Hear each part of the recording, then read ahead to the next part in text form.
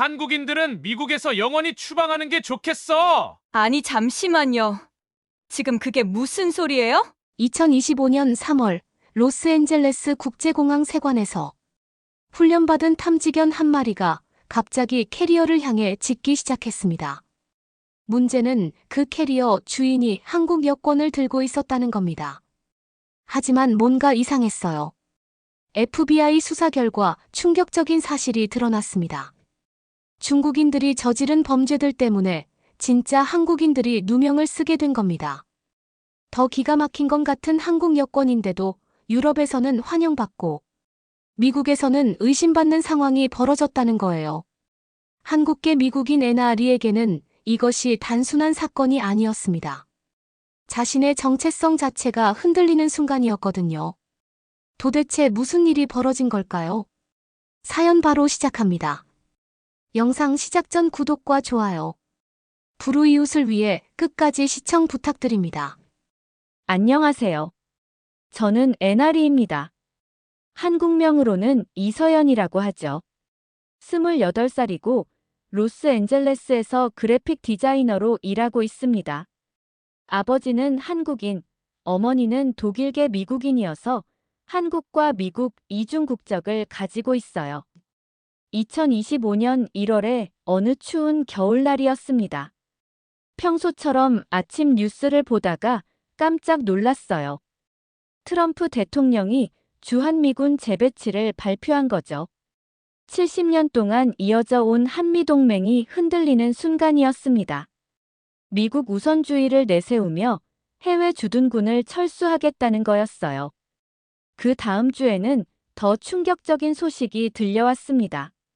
하버드 대학교를 비롯한 명문대 동양인 유학생들의 비자를 취소하고 전원 복귀를 명령한 거예요. 미국 교육의 혜택은 미국인을 위한 것이라는 논리였죠. 캠퍼스에서 쫓겨나는 한국인 학생들의 눈물을 보면서 가슴이 아팠습니다. 상황은 더욱 악화되었어요.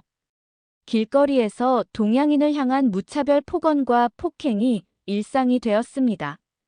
아시아로 돌아가라는 구호를 외치는 사람들을 심심찮게 볼 수 있었죠. 지하철에서도 버스에서도 동양인을 기피하는 분위기가 역력했어요. 가장 무서웠던 건 경찰에 대한 소문이었습니다. 경찰이 흑인보다 동양인을 더 함부로 대한다는 이야기가 빠르게 퍼졌어요. 체포 과정에서 과도한 폭력을 사용한다는 의혹들이 제기되었죠. 시민권자든 영주권자든 상관없이 차별적 대우를 받는다는 거였습니다. 은행에 가서도 병원에 가서도 상점에 가서도 이상한 시선을 받았어요. 서비스 거부까지는 아니어도 의도적으로 지연시키거나 불친절하게 대하는 일이 늘어났습니다. 한인 사업체들의 매출이 급격히 떨어지면서 문을 닫는 곳들도 생겨났어요. 저는 그때까지 제가 미국인이라고 생각했습니다. 이곳에서 태어나고 자랐으니까요.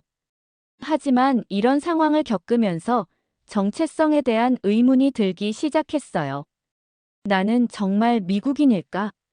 아니면 한국인일까? 사람들 눈에는 그냥 동양인으로만 보이는 걸까? 매일 아침 거울을 보면서 이런 생각들이 머릿속을 맴돌았습니다. 이 상황에서 벗어나고 싶다는 마음이 간절했어요. 동양인 차별이 심해지는 이유를 알게 된 건 며칠 후였습니다. 뉴스에서 충격적인 영상들이 나오기 시작했어요. 연방정부 건물 앞에서 동양인들이 노상 방뇨를 하는 장면이었습니다. 믿을 수 없었죠. 더 놀라운 건 그들이 한국인이라고 주장했다는 거예요. 월마트와 타겟 같은 대형마트에서도 비슷한 일들이 벌어졌습니다. 한국어를 쓰는 동양인들이 조직적으로 물건을 훔치는 사건들이 연달아 발생했어요. 명품 매장에서는 더욱 대담한 도난 사건들이 일어났죠. 상점 직원들의 증언도 비슷했습니다.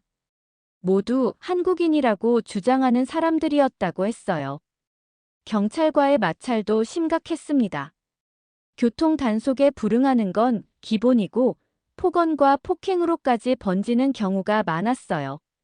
경찰관들은 한국인은 법을 안 지킨다는 편견을 갖게 되었습니다.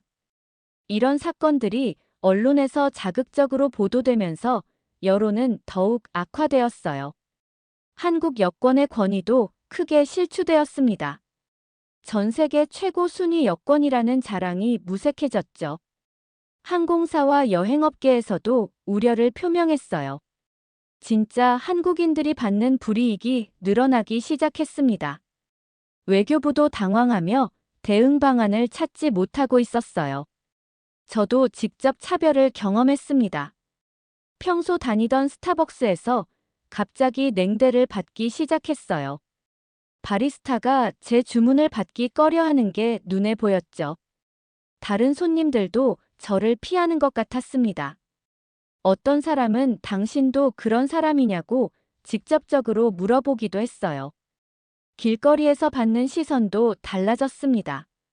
예전에는 그냥 지나쳤던 사람들이 이제는 경계하는 눈빛으로 저를 쳐다봤어요. 직장에서도 미묘한 분위기 변화를 느낄 수 있었습니다. 동료들이 조심스럽게 거리를 두는 것 같았죠. 매일 뉴스를 볼 때마다 마음이 무거워졌습니다. 이런 사건들 때문에 진짜 한국인들이 피해를 받고 있다는 생각이 들었어요. 저 역시 그 피해자 중 한 명이었죠. 내가 뭘 잘못했는지 알 수 없었습니다. 그저 한국인이라는 이유만으로 의심받고 차별받는 현실이 억울했어요. 이 상황이 언제까지 계속될지 막막했습니다. 3월 첫째 주였습니다. 샌프란시스코 출장을 마치고 LAX 공항을 경유해서 집으로 돌아오는 길이었어요. 국내선에서 내려 국제선 터미널로 이동하던 중이었죠. 갑자기 앞쪽에서 소동이 벌어졌습니다. 탐지견 한 마리가 계속 지저대고 있었어요. 검은색 대형 캐리어 앞에서 멈춰서서 발을 올리고 꼬리를 흔들고 있었죠. 주변에 사람들이 몰려들기 시작했습니다. 저도 궁금해서 가까이 다가갔어요. 세관 직원들이 서둘러 달려왔습니다. 캐리어 주인들이 당황한 표정으로 뭔가 설명하고 있었어요. 멀리서 들리는 소리로는 한국어 같았습니다. 우리는 한국인이다. 한국 여권 보라고 외치고 있었죠.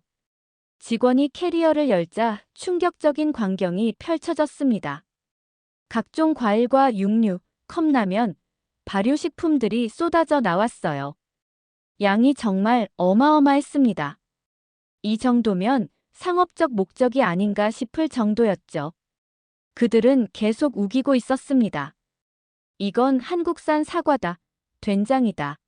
한국 여권 순위가 세계 최고라고 주장했어요. 하지만 제가 봐도 뭔가 이상했습니다. 한국어 발음이 어색했고 행동도 제가 아는 한국인들과 달랐어요. 정밀 검사 결과 충격적인 사실이 드러났습니다. 여권이 위조품이었던 거예요. 중국에서 돈을 주고 샀다고 실토했죠. 브로커를 통한 조직적 위조 여권 유통이라는 게 밝혀졌습니다. 과일들도 모두 중국산이었어요. 된장이라고 주장했던 것도 취두부였죠. 라벨까지 조작해서 원산지를 허위 표시한 거였습니다. 세관 당국이 경악할 정도로 치밀한 사기극이었어요. 저는 그 장면을 보면서 머리가 띵했습니다. 이 사람들 때문에 우리가 차별받았구나 싶었어요. 진짜 한국인이라면 절대 이런 짓을 하지 않을 텐데. 이들의 행동이 모든 한국인의 명예를 실추시킨 거였습니다. 공항을 나서면서도 그 충격에서 벗어날 수 없었어요. 우버를 타고 집으로 가는 동안 기사도 이 사건에 대해 이야기했습니다. 오늘 LAX에서 큰일이 벌어졌다더라고 하더군요. 집에 도착하자마자 부모님께 급히 전화를 걸었습니다. 오늘 제가 목격한 일을 꼭 말씀드려야겠다고 생각했어요. 집에 도착해서 부모님께 전화를 걸었습니다. 아버지가 전화를 받으셨어요. 오늘 LAX에서 정말 충격적인 일을 봤다고 말씀드렸죠. 위조 한국 여권을 사용한 중국인들이 적발된 현장을 직접 목격했다고 했습니다. 아버지는 그런 일이 있을 리 없다며 처음에는 믿지 않으셨어요. 하지만 제가 본 것을 자세히 설명하자 점점 심각해지셨습니다. 어머니도 옆에서 듣고 계셨는데 정말 놀라시더군요. 그날 밤 뉴스에서 이 사건이 대대적으로 보도되었습니다. 제가 목격한 그 현장이 그대로 나왔어요. 위조 여권, 중국산 과일, 취두부까지 모든 게 그대로였죠. 뉴스 앵커는 이런 사건이 전국적으로 벌어지고 있다고 했습니다. 다음 날 출근길이 정말 괴로웠어요. 지하철에서 사람들이 저를 보는 시선이 달라진 게 느껴졌습니다. 어떤 사람은 대놓고 피하기도 했죠. 회사에 도착해서도 분위기가 어색했어요. 동료들이 조심스럽게 이야기를 꺼냈습니다. 어제 뉴스 봤냐고 물어보더군요. 한국인들이 또 사고를 쳤다면서 고개를 저었어요. 저는 그들이 가짜 한국인이라고 설명했지만 별로 관심을 보이지 않았습니다. 점심시간이 더욱 고통스러웠어요. 평소 함께 식사하던 동료들이 저를 빼고 나가는 것 같았죠. 혼자 샌드위치를 먹으면서 정말 외롭다고 느꼈습니다. 내가 무슨 죄를 지었다는 걸까요? 오후에는 고객 미팅이 있었는데 더욱 당황스러운 일이 벌어졌어요. 고객이 제 이름을 듣고 한국인이냐고 물어봤습니다. 그렇다고 대답하자 표정이 굳어지더군요. 미팅 내내 불편한 기색을 감추지 않았어요. 집에 돌아와서 부모님과 긴 대화를 나눴습니다. 이런 상황이 언제까지 계속될지 모르겠다고 했죠. 어머니는 내가 아무 잘못이 없다며 위로해 주셨어요. 아버지도 진짜와 가짜는 언젠가 구별될 거라고 말씀하셨습니다. 하지만 저는 확신이 서지 않았어요. 사람들이 진짜와 가짜를 구별해 줄까요? 그냥 모든 한국인을 같은 눈으로 보는 건 아닐까? 밤늦게까지 잠이 오지 않았습니다. 내일 또 어떤 차별을 받게 될지 두려웠어요. 이 상황에서 벗어날 방법은 정말 없는 걸까요? 다행히 한 가지 희망이 있었습니다. 3개월 전에 미리 예약해둔 가족 여행이 있었어요. 부모님 결혼 30주년을 기념해서 유럽 여행을 계획한 거였죠. 원래는 3월 둘째 주 출발 예정이었습니다. 하지만 이런 상황에서 여행을 가도 될지 고민이 되었어요. 부모님께 혹시 여행을 미뤄야 하는 건 아닌지 여쭤봤습니다. 아버지는 오히려 지금이야말로 여행을 가야 할 때라고 하셨어요. 진짜 한국인의 모습을 보여줄 수 있는 기회라는 거였죠. 어머니도 동의하셨습니다. 이런 때일수록 당당해야 한다고 말씀하셨어요. 숨어서 살 이유가 없다는 거였습니다. 저는 한 가지 중요한 결정을 내렸습니다. 이번 여행에서는 한국 여권만 사용하기로 한 거예요. 미국 여권도 가지고 있지만 의도적으로 한국 여권만 가져가기로 했습니다.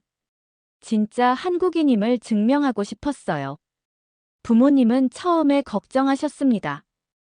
혹시 문제가 생기면 어떻게 하냐고 하셨죠. 하지만 저는 확신했어요. 진짜 한국인이라면 당당할 수 있어야 한다고 생각했습니다. 여행 준비를 하면서도 마음이 복잡했어요. 유럽에서는 어떨까요? 미국처럼 차별을 받게 될까요? 아니면 다를까요? 한국 여권으로 여행하는 게 정말 좋은 선택일까요? 항공권을 확인하다가 흥미로운 사실을 발견했습니다. 한국 여권으로 유럽 여행을 할 때 비자가 필요 없다는 거였어요. 무비자로 90일까지 체류할 수 있었습니다. 이게 바로 한국 여권의 파워구나 싶었죠.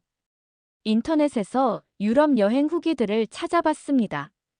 한국인들이 유럽에서 좋은 대접을 받는다는 이야기가 많았어요. K-팝과 K-드라마 덕분에 한국에 대한 이미지가 좋다는 거였죠. 출발 전날 밤에 부모님과 마지막 대화를 나눴습니다. 이번 여행이 우리 가족에게 어떤 의미가 될지 모르겠다고 했어요. 아버지는 내가 자랑스러운 한국인임을 증명하는 여행이 될 거라고 하셨습니다. 어머니는 제 손을 잡고 말씀하셨어요. 어떤 일이 있어도 우리는 너를 사랑한다고. 내가 한국인인 게 자랑스럽다고 하셨죠. 그 말을 듣고 눈물이 날 뻔했습니다. 내일부터 시작될 여행이 정말 기대되었어요. 드디어 출발 날이 되었습니다. LAX에서 파리로 향하는 비행기에 몸을 맡겼어요. 10시간의 긴 비행 끝에 샤를 드골 공항에 도착했습니다. 입국 심사대 앞에 서니 긴장이 되더군요. 부모님은 미국인 전용 줄에, 저는 한국인으로서 이유 외국인 줄에 섰습니다. 처음에는 별 생각이 없었어요. 그런데 부모님 줄이 정말 안 움직이는 거예요. 반면 제 줄은 빠르게 진행되었죠. 제 차례가 되어 입국 심사관 앞에 섰습니다. 한국 여권을 내밀자 그 사람 얼굴이 환하게 밝아졌어요. 안녕하세요라고 한국어로 인사하더군요. 정말 놀랐습니다. 관광이냐고 물어보길래 그렇다고 대답했어요. 그러자 환영한다며 웃으면서 도장을 찍어줬습니다. 총 3분도 안 걸렸죠. 이렇게 쉽게 끝날 줄 몰랐어요. 부모님을 기다리는 동안 주변을 둘러봤습니다. 다른 한국인들도 비슷하게 빠르게 통과하는 것 같았어요. 반면 미국인 줄은 여전히 길게 늘어서 있었죠. 30분 정도 지나서야 부모님이 나오셨습니다. 표정이 좋지 않으셨어요. 왜 이렇게 오래 걸렸냐고 물어봤죠. 아버지는 정말 까다롭게 심사했다고 하셨습니다. 어디서 왔는지, 무엇하러 왔는지, 어디서 머물 예정인지, 언제 돌아갈 예정인지, 프랑스에 아는 사람이 있는지까지 물어봤다고 하셨어요. 심지어 프랑스 역사에 대해서도 질문했다는 거였죠. 부모님은 당황해서 제대로 대답하지 못했다고 하셨습니다. 입국 심사관이 의심스러운 눈빛으로 계속 쳐다봤다고 했어요. 정말 들어갈 수 있을까 불안했다고 하시더군요. 저는 정말 믿기 어려웠습니다. 같은 공항에서 이렇게 차이가 날 수가 있나요? 부모님은 미국 시민권자인데도 이런 대우를 받은 거예요. 반면 저는 한국 여권 하나로 환영받았죠. 택시를 타고 호텔로 가면서 부모님께 죄송하다고 말씀드렸어요. 제 때문에 고생하신 것 같아서요. 하지만 아버지는 오히려 신기하다고 하셨습니다. 한국 여권이 이렇게 대접받는 줄 몰랐다고 하시더군요. 호텔에 도착해서 체크인을 할 때도 비슷한 일이 벌어졌습니다. 제 한국 여권을 본 직원이 정말 반갑게 맞아줬어요. 한국에서 오셨다며 특별 서비스를 제공해 주겠다고 했죠. 무료로 룸 업그레이드까지 해줬습니다. 부모님도 덩달아 좋은 대우를 받게 되었어요. 파리에서의 첫날이 정말 놀라웠습니다. 호텔에서 나와 시내 관광을 시작했어요. 마레 지구의 작은 비스트로에서 점심을 먹기로 했죠. 메뉴판을 보다가 깜짝 놀랄 일이 벌어졌습니다. 식당 입구에 특별한 안내문이 붙어 있었어요. 한국 여권 소지자 20% 할인이라고 한국어와 영어로 적혀 있었죠. 처음에는 제 눈을 의심했습니다. 이런 일이 정말 있을 수 있나요? 반신반의하며 웨이터에게 물어봤어요. 정말 한국인 할인이 있냐고요. 그 사람이 환하게 웃으며 그렇다고 했습니다. 한국 여권만 보여주면 된다고 하더군요. 저는 지갑에서 한국 여권을 꺼냈습니다. 당당하게 웨이터에게 보여줬어요. 그 순간 정말 뿌듯했습니다. 한국인이라는 것만으로 이런 혜택을 받을 수 있다니요. 부모님도 정말 신기해 하셨어요. 딸 덕분에 할인을 받게 되었다면서 기뻐하셨죠. 음식을 주문하고 계산할 때 정말로 20%가 할인되었습니다.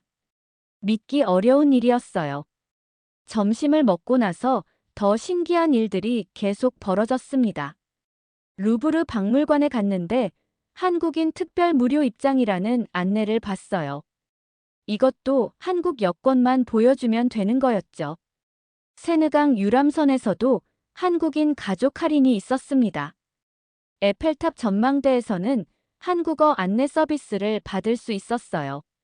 샹젤리제 명품 매장에서도 한국인 VIP 대우를 해준다고 했죠. 정말 파리 전체가 한국인을 환영하는 것 같았어요. 어디를 가도 한국인이라고 하면 특별한 대접을 받았습니다. 미국에서 받았던 차별과는 정반대의 경험이었죠. 한 카페에서 만난 웨이터는 유창한 한국어로 말을 걸어왔어요. K-드라마를 보면서 한국어를 배웠다고 하더군요. 한국 문화에 대해 정말 많이 알고 있었습니다. 거리에서 만난 프랑스 학생들도 마찬가지였어요. 안녕하세요라며 한국어로 인사했죠. K-팝에 대한 열광적인 반응을 보였습니다. 한국 음식에 대해서도 정말 많이 알고 있었어요. 하지만 한편으로는 복잡한 감정이 들었습니다. 이런 혜택을 받을 자격이 제게 있을까요? 저는 한국에서 태어나지도 않았고 한국어도 제대로 못해요. 한국 문화에 대해서도 많이 모르죠. 부모님에게도 미안한 마음이 들었어요. 저 때문에 좋은 대접을 받기는 하지만 결국 차별인 거잖아요. 미국 여권을 가진 부모님은 상대적으로 천대받는 기분이실 수도 있겠다 싶었습니다. 그날 밤 호텔에서 부모님과 긴 대화를 나눴어요. 오늘 하루 경험한 것들이 정말 신기했다고 하셨죠. 하지만 동시에 복잡한 감정도 있다고 솔직히 말씀하셨습니다. 파리에서의 둘째 날이었습니다. 오르세 미술관을 방문했는데 또 한국인 특별 할인을 받을 수 있었어요. 하지만 이번에는 당황스러운 일이 벌어졌습니다. 미술관 직원이 한국 전통 문화에 대해 질문하기 시작한 거예요. 한국의 대표적인 음식이 뭐냐고 물어봤죠. 저는 김치라고 대답했지만 그 이상은 제대로 설명하지 못했습니다. 한복에 대해서도 질문했는데 더욱 당황했어요. 한복의 특징이나 입는 방법에 대해 전혀 모르겠더라고요. 한국어로 뭐라고 하는지 물어봤는데 대답할 수가 없었죠. 정말 부끄러웠습니다. 한국인이라고 하면서 한국 문화에 대해 이렇게 무지할 수가 있나요? 그 직원이 실망한 표정을 짓는 것 같았어요. 저는 정말 한국인이 맞는 걸까요? 더 놀라운 건 부모님이었습니다. 어머니가 갑자기 한국 전쟁에 대해 설명하기 시작하신 거예요. 아버지도 한국의 경제 발전사에 대해 자세히 말씀하셨죠. 저보다 훨씬 많이 아시는 거였어요. 그날 오후 몽마르트에 올라갔는데 한국인 관광객들을 많이 봤습니다. 그런데 그 중에 좀 이상한 사람들이 있었어요. 한국어를 쓰기는 하는데 발음이 어색했죠. 저희에게 다가와서 같은 한국인이라며 인사했는데 뭔가 어색했습니다. 행동도 제가 아는 한국인들과 달랐어요. 예의가 없다고 해야 할까요? 뭔가 어색한 느낌이 들었죠. 저녁에 한국 식당에 갔는데 사장님이 흥미로운 말씀을 해주셨어요. 요즘 가짜 한국인들이 많이 온다는 거였죠. 한국인인 척하지만 진짜 한국인과는 다르다고 하셨습니다. 사장님 말씀으로는 진짜 한국인은 예의가 바르고 매너가 좋다고 하셨어요. 반면 가짜들은 시끄럽고 무례하다고 했죠. 프랑스 사람들도 점점 구별할 수 있게 되었다고 하셨습니다. 그 말을 듣고 저는 안도했습니다. 제가 진짜 한국인으로 인정받고 있다는 거잖아요. 한국어를 못하고 문화를 모르더라도 제 행동과 매너로 구별해주는 거였죠. 호텔로 돌아가는 길에 부모님과 이야기를 나눴어요. 오늘 정말 많은 걸 배웠다고 하셨죠. 한국인다움이라는 게 단순히 혈통이나 언어가 아니라는 걸 알게 되었다고 하셨습니다. 아버지는 저에게 말씀하셨어요. 내가 한국 문화를 몰라도 상관없다고. 부모님이 가르쳐준 예의와 매너가 진짜 한국인의 모습이라고 하셨죠. 그 말씀을 듣고 마음이 따뜻해졌습니다.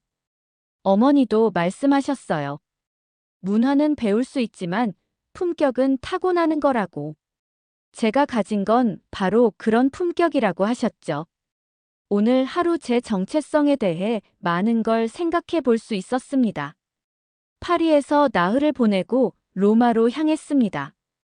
이탈리아에서도 비슷한 경험을 할 수 있을까 궁금했어요. 로마 공항에 도착하자마자 또 놀라운 일이 벌어졌습니다. 입국 심사관이 제 한국 여권을 보자 환한 미소를 지었어요. 벤베누티 한국에서 오셨나요? 라고 이탈리아어와 한국어를 섞어서 말하더군요. 정말 반가워하는 모습이었죠. 로마에도 한국 관광객을 위한 특별 서비스가 많았습니다. 바티칸에서는 한국인을 위한 특별 미사 참관 기회를 제공했어요. 교황청에서 한국에 대해 각별한 관심을 가지고 있다고 했죠. 콜로세움에서 만난 이탈리아 학생들이 정말 놀라웠어요. 완벽한 한국어를 구사하는 거였죠. K-드라마 덕분에 한국어를 배웠다고 했습니다. 한국 전통 춤까지 출 줄 안다고 하더군요. 그들은 한국 문화에 대해 저보다 더 많이 알고 있었어요. 한국 역사부터 전통 음식까지 정말 해박했습니다. 오히려 제가 그들에게 한국에 대해 배우는 기분이었죠. 트레비 분수에서 동전을 던지며 소원을 빌었습니다. 진짜 한국인이 되고 싶다고 빌었어요. 한국 문화를 제대로 배우고 싶다고도 했죠. 부모님도 함께 소원을 빌어주셨습니다. 그날 저녁 작은 젤라또 가게에서 감동적인 일이 있었어요. 사장님이 저희가 한국인이라는 걸 알고 무료로 젤라또를 주신 거예요. 한국 사람들은 정말 착하다고 하시더군요. 사장님이 들려주신 이야기가 인상적이었습니다. 예전에 온 한국 관광객들이 정말 예의가 바르고 친절했다고 하셨어요. 그래서 한국인을 보면 무조건 좋은 대접을 해주신다고 했죠. 그 말을 듣고 정말 뿌듯했습니다. 선배 한국인들이 남긴 좋은 인상 덕분에 제가 이런 혜택을 받는 거였어요. 동시에 책임감도 느꼈죠. 저도 후배들을 위해 좋은 인상을 남겨야겠다고 생각했습니다. 로마에서의 마지막 날 바티칸 성 베드로 대성당을 방문했어요. 그곳에서 한국 순교자들에 대한 이야기를 들었습니다. 한국인의 종교적 헌신에 대해 깊은 존경심을 가지고 있다고 했어요. 종교를 떠나서 문화적 연대감을 느꼈습니다. 한국인이라는 것만으로도 이렇게 존중받을 수 있다는 게 신기했어요. 혈통이나 출생지보다 더 중요한 게 있다는 걸 알게 되었죠. 그날 밤 호텔에서 부모님과 깊은 대화를 나눴습니다. 이번 여행을 통해 제가 많이 변했다고 하셨어요.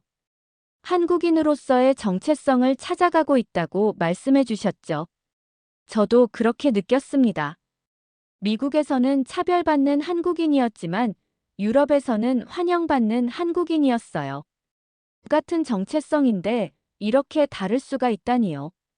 정체성이라는 게 얼마나 복합적인지 깨달았습니다. 유럽 여행의 마지막 도시 바르셀로나에 도착했습니다.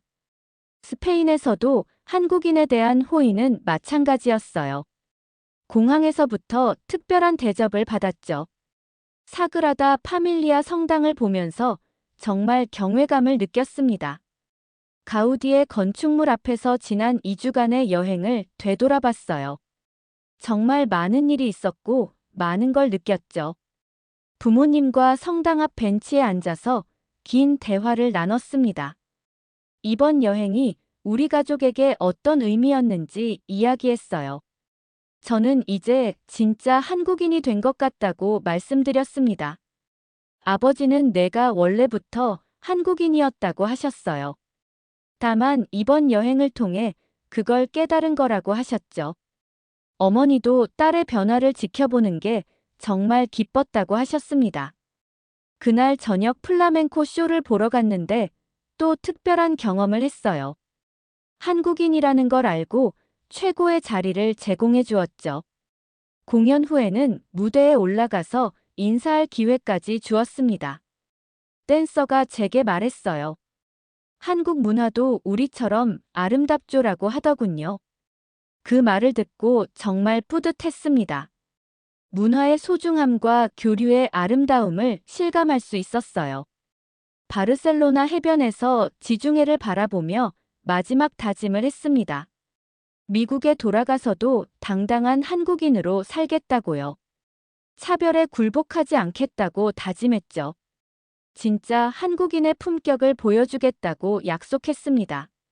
선배들이 남긴 좋은 인상을 이어가고 후배들을 위해서도 좋은 모범이 되고 싶었어요. 호텔에서 짐을 싸면서 2주간의 소중한 추억들을 정리했습니다. 각국에서 받은 한국 관련 선물들과 기념품들을 보니 정말 뿌듯했어요. 이제 진짜 한국인으로서 미국에 돌아간다는 기분이었죠. 공항으로 향하는 택시 안에서 설렘과 걱정이 교차했습니다.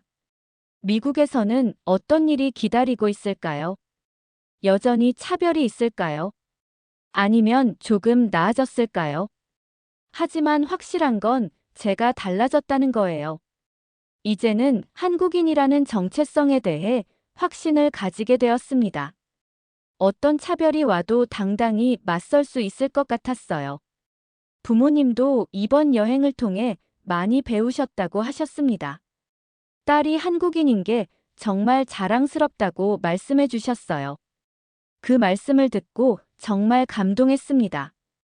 이제 진짜 새로운 시작이군요. 2주간의 유럽 여행을 마치고 LAX에 도착했습니다. 그런데 공항 분위기가 완전히 달라져 있었어요. 동양인에 대한 경계심이 훨씬 더 심해진 것 같았죠. 입국 심사대에 서니 심사관이 제 한국 여권을 보더니 표정이 굳어졌어요.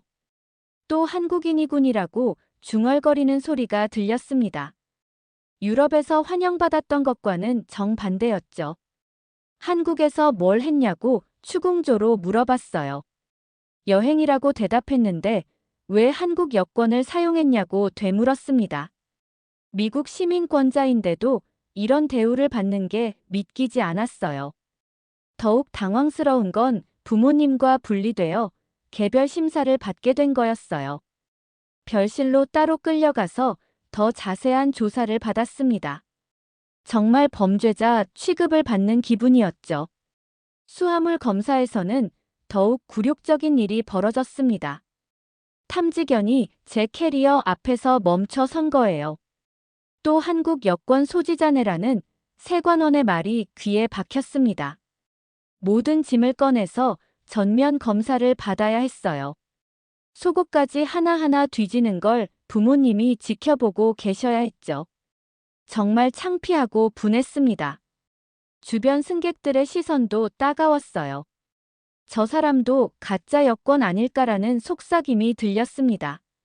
세관원들도 의심에 찬 표정으로 저를 쳐다봤어요. 어떻게 진짜 한국인임을 증명할 수 있을까요? 한국어를 못한다고 하면 더 의심받을 것 같았어요. 한국 문화에 대해 물어봐도 제대로 대답하지 못할 게 뻔했죠. 3시간에 걸친 검사 끝에 겨우 통과할 수 있었습니다. 기다리고 있던 부모님의 걱정 어린 표정을 보니 마음이 아팠어요. 미국이 이렇게 달라졌구나 싶었습니다. 유럽에서의 환대와 너무나 극명한 대비였어요. 같은 한국 여권인데 이렇게 다를 수가 있나요? 정말 내가 이 나라의 국민이 맞나 싶었습니다. 택시를 타고 집으로 가는 길에 운전사도 불친절했어요. 거울로 저를 계속 쳐다보더니 어디서 왔냐고 물어봤죠. 한국계 미국인이라고 했더니 코웃음을 쳤습니다. 집에 도착해서 부모님과 이야기를 나눴어요. 정말 힘든 하루였다고 하셨죠. 유럽에서는 환영받았는데 자기 나라에서 이런 대접을 받다니 기가 막히다고 하셨습니다. 저도 정말 절망스러웠어요. 2주 동안 쌓아올린 자신감이 한순간에 무너지는 기분이었죠. 과연 이 상황이 언제 나아질까요? 정말 답답하고 화가 났습니다. 월요일 아침 출근길이 정말 우울했습니다. 지하철에서 사람들이 저를 보는 시선이 더욱 차가워진 것 같았어요. 어떤 사람은 대놓고 자리를 피하기도 했죠. 회사에 도착해서 동료들과 인사를 나눴는데 분위기가 어색했습니다. 여행 잘 다녀왔냐고 건성으로 물어보더니 바로 자리로 돌아가 버렸어요. 예전 같았으면 여행 이야기를 궁금해했을 텐데요. 회의 시간에 더욱 당황스러운 일이 벌어졌습니다. 제가 의견을 제시해도 아무도 반응하지 않았어요. 마치 제가 없는 것처럼 무시당하는 기분이었죠. 점심시간이 가장 괴로웠어요.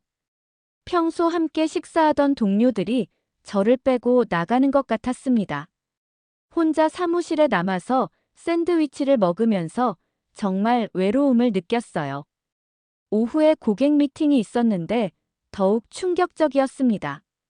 고객이 제 소개를 듣고 한국계냐고 물어봤어요. 그렇다고 대답하자 다른 담당자로 바꿔달라고 요청했죠. 상사도 난처한 표정을 지었어요. 결국 저는 그 프로젝트에서 제외되었습니다. 제 실력이 문제가 아니라 제 정체성이 문제라는 걸 깨달았죠. 퇴근길에 평소 다니던 스타벅스에 들렀는데 더욱 직접적인 차별을 받았습니다. 바리스타가 주문받기 힘들다며 회피했어요. 다른 손님들도 노골적으로 자리를 피했죠. 어떤 중년 남성이 대놓고 말했습니다. 여기서 나가줬으면 좋겠다고요. 가짜 여권 쓰는 사람들은 믿을 수 없다고 했죠. 정말 화가 났지만 참을 수밖에 없었어요. 지하철 귀가길에서는 더욱 심한 일이 벌어졌습니다. 어떤 사람이 저에게 중국으로 돌아가라고 소리쳤어요.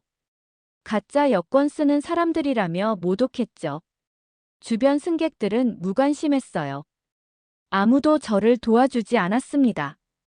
그냥 모른 척하고 지나가더군요. 눈물을 참으며 긴 시간을 견뎌야 했어요. 집에 도착해서 부모님 앞에서 터져나온 눈물을 주체할 수 없었습니다.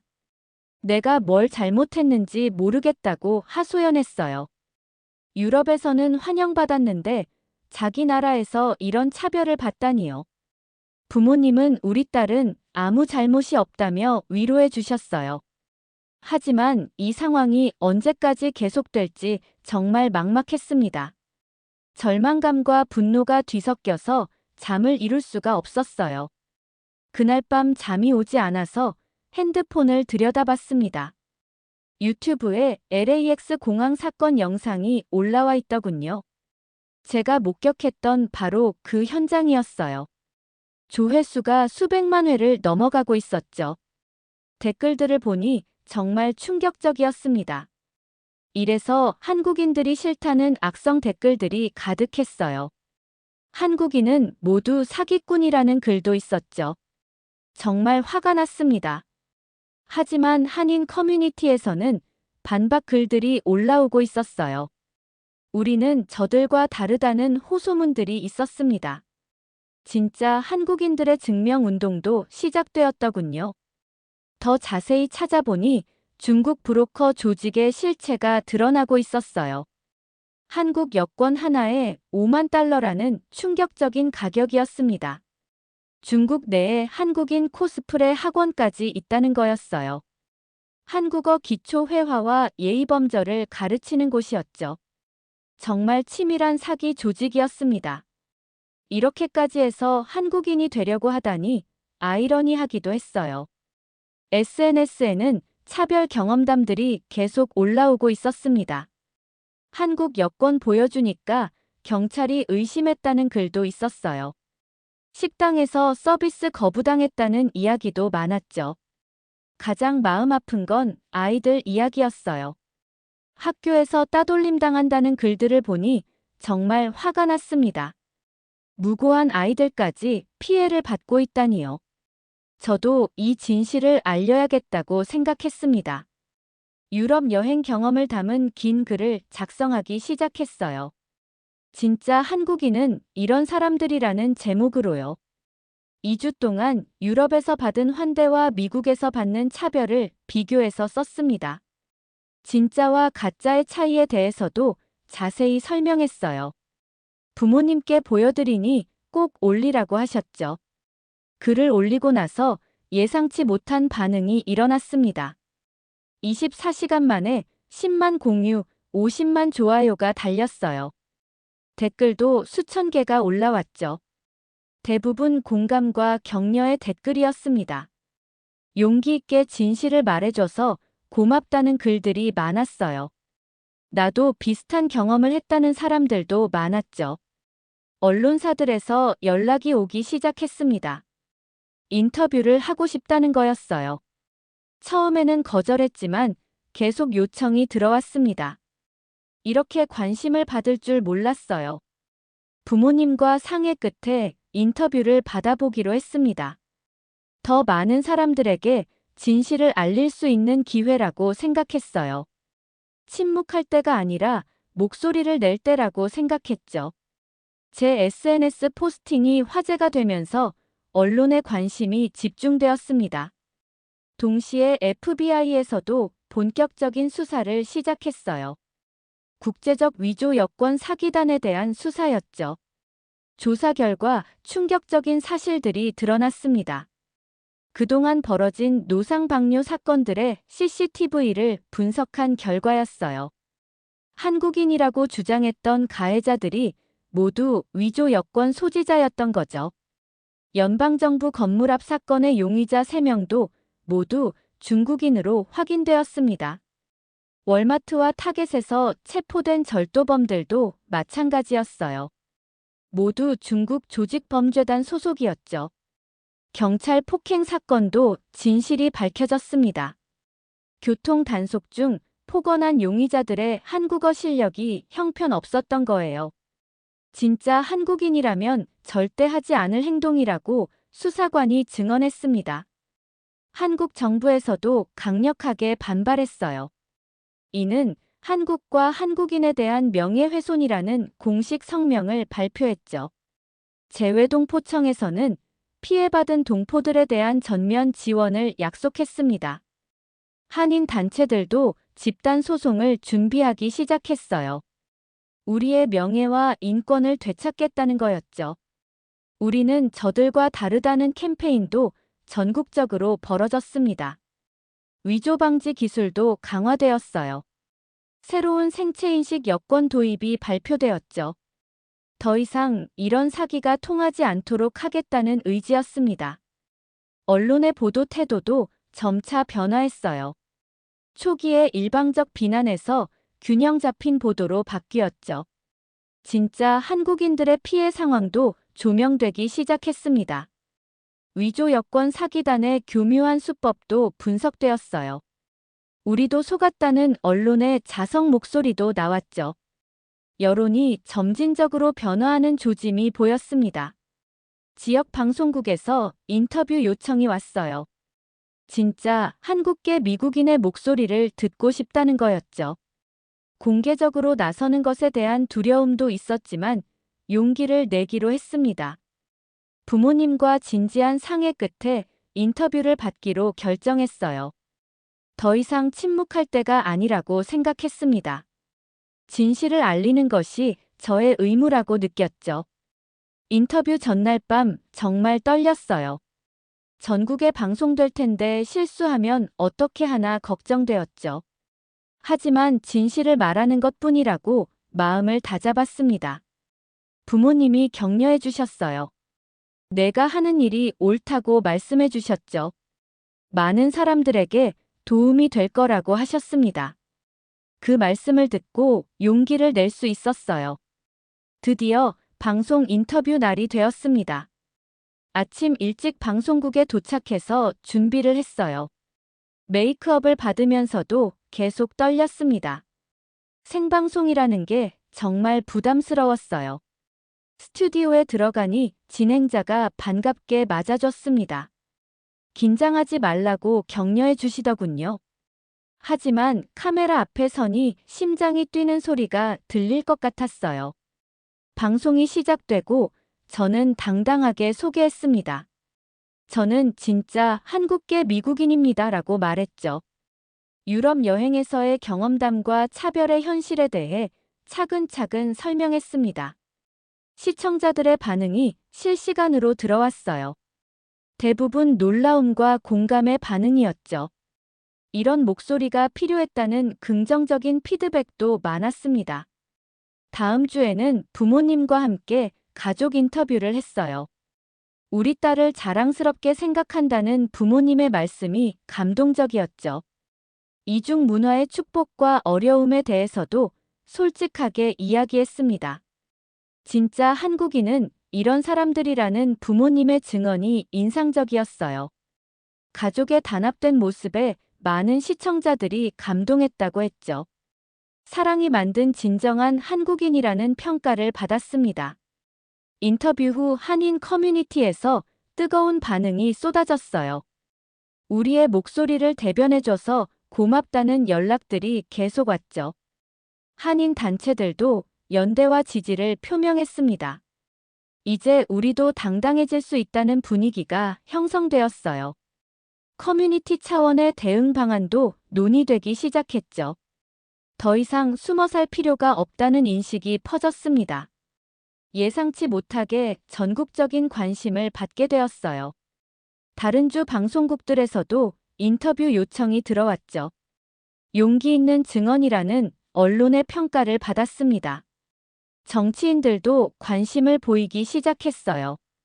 정책 변화를 촉구하는 목소리들이 나왔죠. 변화의 물꼬를 텄다는 성취감을 느꼈습니다. 새로운 책임감도 생겼어요.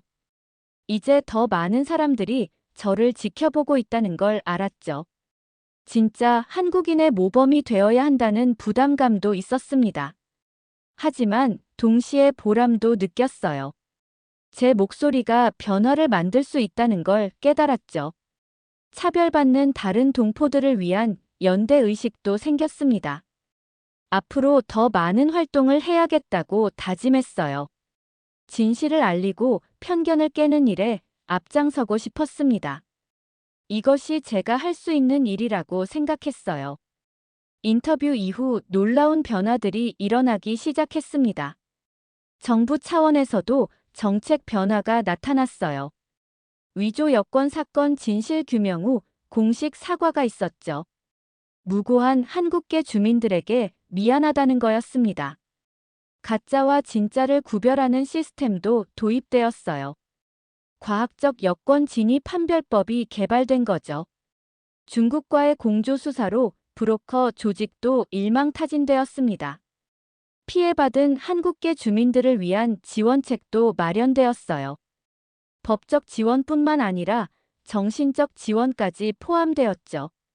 한국인의 명예회복 프로젝트도 정부 차원에서 시작되었습니다. 언론의 보도 태도도 완전히 바뀌었어요. 초기 편파 보도에 대한 자성과 반성이 있었죠. 진짜 한국인들의 이야기를 조명하는 기획 보도들이 나오기 시작했습니다. 우리가 놓친 진실이라는 특집 프로그램도 제작되었어요. 위조 여권 사기단의 교묘한 수법을 분석하는 내용이었죠. 성급한 일반화의 위험성에 대한 경고도 포함되었습니다. 일반인들의 인식도 점차 변화했어요. 제 인터뷰 후 주변 반응이 달라진 게 느껴졌죠. 미안했다며 사과하는 직장 동료들도 있었습니다. 평소 다니던 카페에서도 다시 친절한 서비스를 받기 시작했어요. 당신은 다르다는 인정과 이해를 받았죠. 서서히 일상의 평범함이 회복되고 있었습니다. 한인 커뮤니티도 완전히 달라졌어요. 진실 규명을 위한 한인 단체들의 연합이 결성되었죠. 우리는 하나라는 슬로건 아래 단결했습니다. 차별신고센터도 운영되기 시작했어요. 법적 대응도 체계적으로 이뤄지게 되었죠. 젊은 세대의 적극적 참여도 눈에 띄었습니다. 이제 우리도 당당하게 맞설 수 있다는 분위기가 형성되었어요. 더 이상 숨어 살 필요가 없다는 인식이 퍼졌죠. 한인 커뮤니티의 자신감이 회복되었습니다. 저에게도 새로운 제안이 들어왔어요. 한인 커뮤니티의 대변인 역할을 해달라는 거였죠. 젊은 세대의 목소리가 필요하다는 이유였습니다. 처음에는 망설였어요. 그런 큰 책임을 질 수 있을까 불안했죠. 하지만 부모님이 격려해 주셨습니다. 내가 할 수 있는 일을 하라고 하셨어요. 결국 받아들이기로 했습니다. 더 많은 사람들을 도울 수 있는 기회라고 생각했어요. 제가 겪은 경험이 다른 사람들에게 도움이 될 수 있다면 기꺼이 하고 싶었죠. 변화의 바람이 불고 있다는 걸 실감했습니다. 진실은 결국 밝혀지고 정의는 실현된다는 걸 깨달았어요.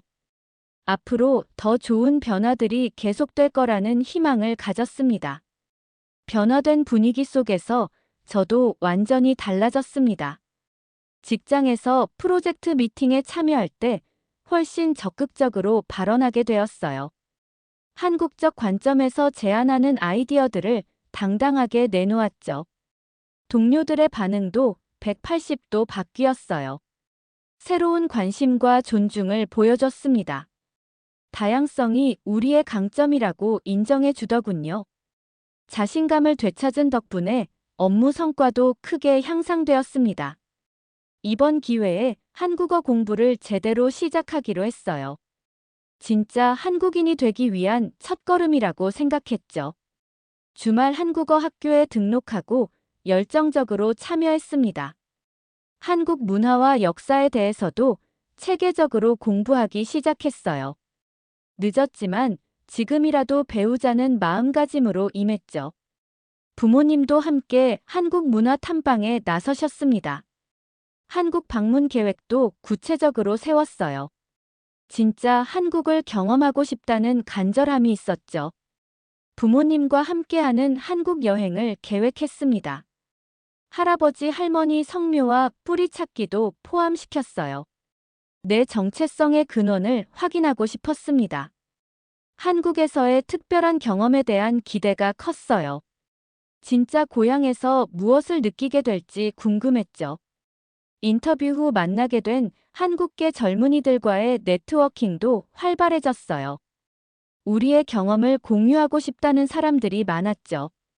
이중 문화의 장점을 활용한 사업 아이디어도 나왔습니다. 우리만의 강점이 있다는 새로운 자각이 생겼어요. 두 문화를 모두 이해할 수 있다는 건 정말 큰 장점이었죠. 동반 성장을 위한 네트워크 구축에도 힘썼습니다. 가장 중요한 건 내면의 평화였어요. 나는 한국인이면서 동시에 미국인이라는 걸 받아들였죠. 이중 정체성을 짐이 아닌 축복으로 인식하게 되었습니다.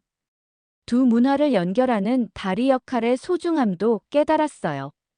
내가 특별한 이유를 이제 알 것 같았죠. 자신에 대한 사랑과 자부심이 완전히 회복되었습니다. 더 이상 정체성으로 고민하지 않게 되었어요. 나는 나일 뿐이라는 단순한 진리를 받아들였죠. 한국인이라는 것도 미국인이라는 것도 모두 제 일부분이었습니다. 주변 사람들도 제 변화를 알아봤어요. 훨씬 밝아지고 자신감이 넘친다고 했죠. 정체성 혼란에서 벗어나니 모든 것이 명확해졌습니다. 앞으로의 삶에 대한 비전도 뚜렷해졌어요.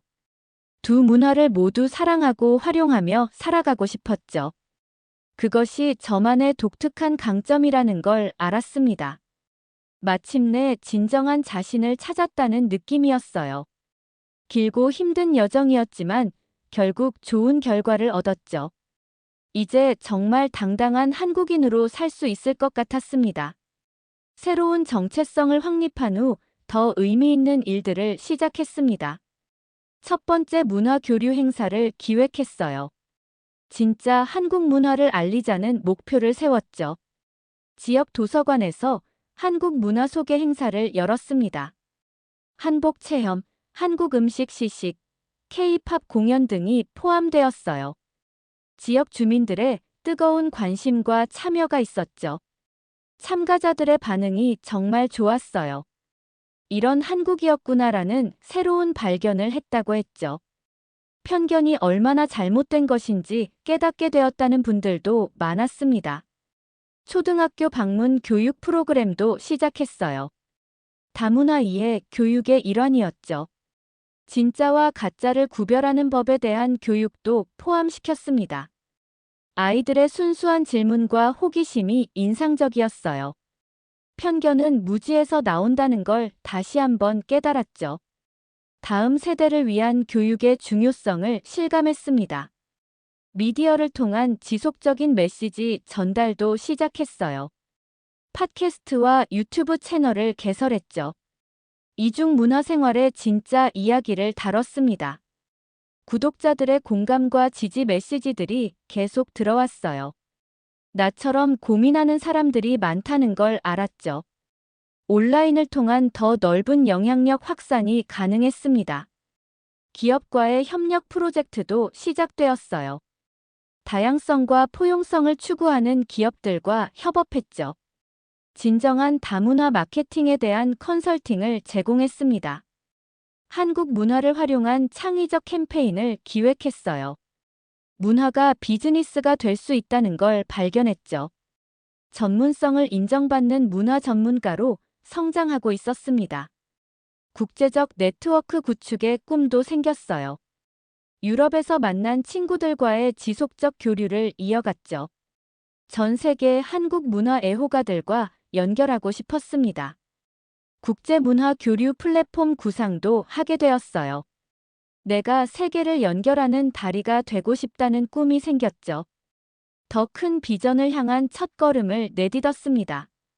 이런 활동들을 통해 진정한 보람을 느꼈어요. 단순히 개인의 문제를 해결한 게 아니라 사회에 기여하고 있다는 느낌이었죠. 제 경험이 다른 사람들에게 도움이 되고 있었습니다. 문화는 나누면 나눌수록 풍성해진다는 걸 깨달았어요. 제가 가진 이중 문화의 장점을 많은 사람들과 공유하고 싶었죠. 그것이 제 사명이라고 생각했습니다. 앞으로도 계속 이런 활동을 이어갈 계획이에요. 편견을 깨고 이해를 증진시키는 일에 평생을 바치고 싶었죠. 그것이 진정한 한국인으로서 할 수 있는 일이라고 믿었습니다. 이 모든 변화와 성장의 중심에는 가족이 있었습니다. 부모님께 특별한 감사 인사를 드렸어요. 엄마 아빠가 없었다면 지금의 제가 없었을 거라고 말씀드렸죠. 이중 문화로 키워주신 부모님의 지혜가 정말 대단했어요. 차별 속에서도 당당하라고 가르쳐 주신 교육이 제 밑바탕이 되었죠. 사랑으로 만들어진 진정한 정체성의 소중함을 깨달았습니다. 가족 식사 시간의 대화도 훨씬 깊어졌어요. 서로의 경험과 생각을 더 자유롭게 나누게 되었죠. 가족 간의 유대가 이전보다 훨씬 강해졌습니다. 한국에 계신 할아버지 할머니와 첫 화상 통화도 했어요. 우리 손녀가 이렇게 자랐구나라며 감격해 하셨죠. 할머니가 들려주시는 한국 전통 이야기들이 정말 감동적이었습니다. 뿌리를 잊지 말아라라는 할아버지의 당부 말씀이 마음에 깊이 새겨졌어요. 혈연을 넘어선 문화적 연결의 소중함을 느꼈죠. 한국 방문이 더욱 기대되었습니다. 동생과의 관계도 새로워졌어요. 언니가 용기 있게 나서줘서 고맙다고 하더군요. 동생도 비슷한 차별을 경험했다는 걸 알게 되었죠. 함께 한국 문화 활동에 참여하기 시작했어요. 우리는 팀이야라는 남매의 다짐을 했죠. 가족이 하나가 되어 이겨내는 힘을 느꼈습니다. 미국 전역에 흩어진 친척들과도 다시 연결되었어요. 우리 모두 같은 경험을 했다는 걸 알게 되었죠. 가족 카톡방에서 일상과 고민들을 나누기 시작했습니다. 연말 가족 모임에서는 특별한 시간을 가졌어요. 혼자가 아니라 함께라는 힘을 실감할 수 있었죠. 가족의 결속력이 얼마나 중요한지 깨달았습니다. 미래 가족에 대한 새로운 다짐도 생겼어요. 내 아이들에게는 더 당당한 정체성을 물려주고 싶었죠. 이중 문화의 축복을 제대로 전달하는 부모가 되고 싶었습니다. 자부심을 가지고 살 수 있는 환경을 만들어주고 싶었어요. 가족의 사랑이 만든 기적에 대한 감사함이 컸죠. 다음 세대를 위한 더 나은 세상을 만들어야겠다고 결심했습니다. 부모님도 제 변화를 정말 자랑스러워 하셨어요. 힘든 시기를 이겨내고 더 강해진 딸을 보면서 뿌듯해 하셨죠. 가족 모두가 함께 성장한 느낌이었습니다. 어머니는 항상 말씀하셨어요. 사랑이 있으면 어떤 어려움도 이겨낼 수 있다고. 그 말씀이 정말 맞다는 걸 경험으로 알게 되었죠. 아버지도 자주 말씀하셨습니다. 진정한 힘은 가족에서 나온다고. 혼자였다면 절대 이겨낼 수 없었을 거라고 생각해요. 가족의 힘이 정말 위대하다는 걸 깨달았습니다. 1년이 지난 지금 제 삶은 완전히 달라져 있습니다. 자신감 넘치는 출근길과 당당한 업무 자세로 하루를 시작해요. 한국계 미국인 애나라는 소개를 자랑스럽게 하고 있죠. 직장에서는 동료들의 존경과 신뢰를 받는 팀 리더가 되었어요. 다양성이 우리의 경쟁력이라는 인정을 받았죠. 성공적인 프로젝트들로 승진 제안까지 받게 되었습니다. 드디어 부모님과 함께 한국을 방문할 수 있었어요. 할아버지 할머니와의 첫 대면은 정말 감격적이었죠. 진짜 한국인이 돌아왔다는 따뜻한 환영을 받았습니다. 한국에서도 진정한 한국인으로 인정받았어요. 혈통보다 마음가짐이 중요하다는 걸 다시 한번 확인했죠. 이제 정말로 완전한 한국인이 되었다는 느낌이었습니다. 위조 여권 사건 이후 사회 분위기도 완전히 달라졌어요. 진짜와 가짜를 구별하는 시스템이 정착되었죠. 차별받는 한국계 주민들도 현저히 줄어들었습니다. 내 작은 용기가 이런 변화를 만들어냈다는 게 정말 뿌듯해요. 더 많은 사람들이 용기 있는 목소리를 내기 시작했죠. 사회 전체가 더 나은 방향으로 변화하고 있습니다. 꿈꾸는 미래에 대한 구체적인 계획도 세웠어요. 한국, 미국 문화 교류 전문 기업을 설립할 예정이죠. 두 나라를 연결하는 가교 역할을 하고 싶습니다.